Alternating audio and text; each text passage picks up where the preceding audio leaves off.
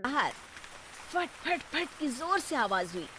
सीमा को लगा कि पटाखे फूट रहे हैं। वो डर के मारे घर से बाहर निकली। देखा तो सामने योगेश यानी कि पतिदेव एक बुलेट बाइक पर बैठे हैं।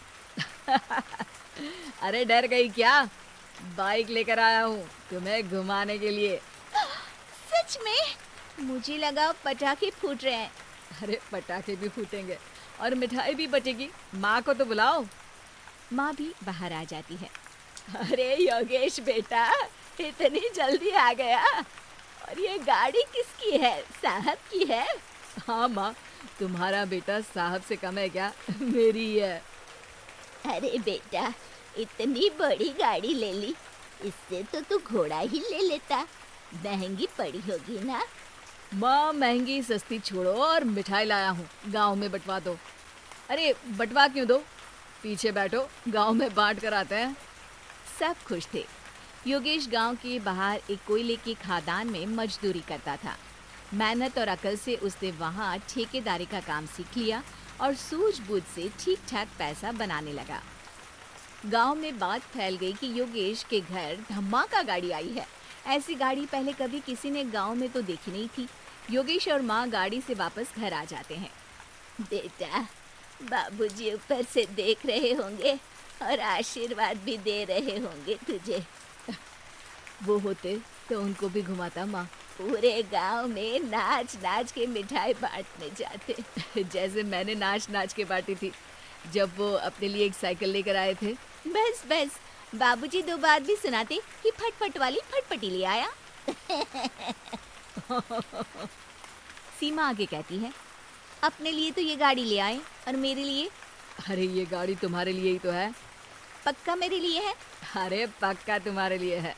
अगली सुबह जब योगेश सो रहा होता है तो उसे बाहर से गाड़ी की आवाज आती है। वो घबरा कर चिल्लाता है, चोर चोर, मेरी गाड़ी ले जा रहा है, चोर चोर। माँ भी जागती है और योगेश के साथ दरवाजे की तरफ भागती है। जैसे ही दोनों बाहर निकलते हैं तो देखते हैं कि सीमा गाड़ी चला रही है। अरे बहू, नाक कटवाओगी क्या? ये क्या कर रही हो? अरे गिर जाओगी, ये क्या कर रही हो तुम? सीमा गाड़ी को रोक कर कहती है, सारे गांव में घुमा लाई, कहीं नहीं गिरी। क्या? सारे गांव में घुमा लाई? अरे लोग क्या कहेंगे बहू? सोचा क्या एक बार? यही कहेंगे कि कितनी अच्छी गाड़ी है। अरे तुम्हारे बारे में। हाँ, कहेंगे ना कि देखो कितनी अच्छी गाड़ी पर बैठी है। बहू गाड़ी रखकर योगेश और सासू माँ के पास जाती है। तुमने कब गाड़ी चलाना सीखा? हमारे बाबूजी के पास पुरानी स्कूटर थी, सीख ली। फिर स्कूल में एक मास्टर जी भी ऐसी ही गाड़ी लेकर आते थे, उन्होंने सिखा दी। हाँ, स्कूल के मास्टर आजकल यही सब तो सिखा रहे हैं। पढ़ाई का कुछ सिखाते तो कुछ भला होता। अरे बहू, अब गाड़ी मत चलाना। हमारे परिवार में कभी किसी औरत ने पीछे से आगे की सीट पे आने की हिम्मत नहीं की है। तुम भी मत करना, समझी? जी समझ गई माँ जी। सीमा सास की बात सुनकर चुपचाप रसोई में जाकर उदास होकर खाना पकाने लगी।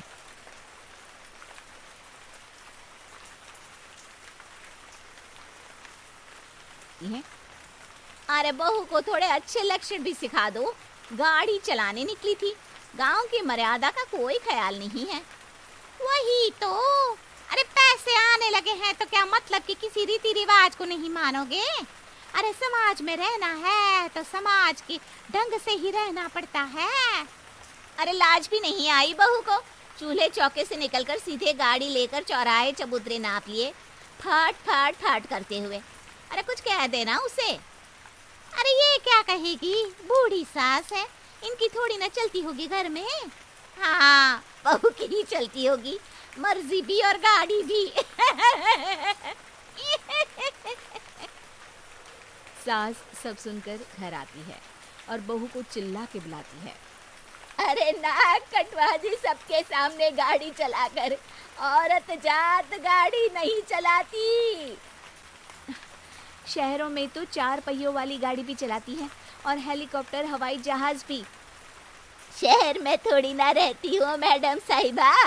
आज के बाद गाड़ी से ही नहीं, यूं भी निकलना बंद तुम्हारा घर से। माँ सही कह रही है, कहीं भी जाना हो तो मुझे बता देना, मैं लेकर चलूंगा। आज माँ को तुम्हारे कारण कितनी बातें सुननी पड़ी। इतना कहते हुए योगेश वहां से चला जाता है। बारिश की वजह से कारखाने के रोड पर कीचड़ रहता है, इसीलिए योगेश गाड़ी घर रख कर जाता है और किसी से लिफ्ट लेकर कारखाने पहुंचता है ताकि नई गाड़ी गंदी ना हो। लेकिन शाम को इतनी तेज बारिश होती है कि उसे वापस आने का कोई साधन ही नहीं मिलता। बारिश बढ़ती जाती है, रात के 11 बज जाते हैं। रास्ते में एक नदी का ब्रिज है, अगर उस पर पानी आ गया तो योगेश कारखाने में ही फंस जाएगा। पूरी रात भूखे प्यासे बितानी पड़ेगी। घना अंधेरा, बिजली की कड़कड़ाहट और तेज बारिश। राजेश डर भी रहा था, ठंड से कांप भी रहा था। तभी उसे रोड से आती हुई एक रोशनी दिखती है। वो देखता है कि उसके सामने एक बाइक आकर खड़ी हुई है। वो ऊपर वाले को धन्यवाद देकर उस बाइक वाले आदमी की तरफ बढ़ता है, पर पास जाकर देखता है तो भौचक्का रह जाता है। सीमा, तुम यहाँ इतनी बारिश में गाड़ी पर?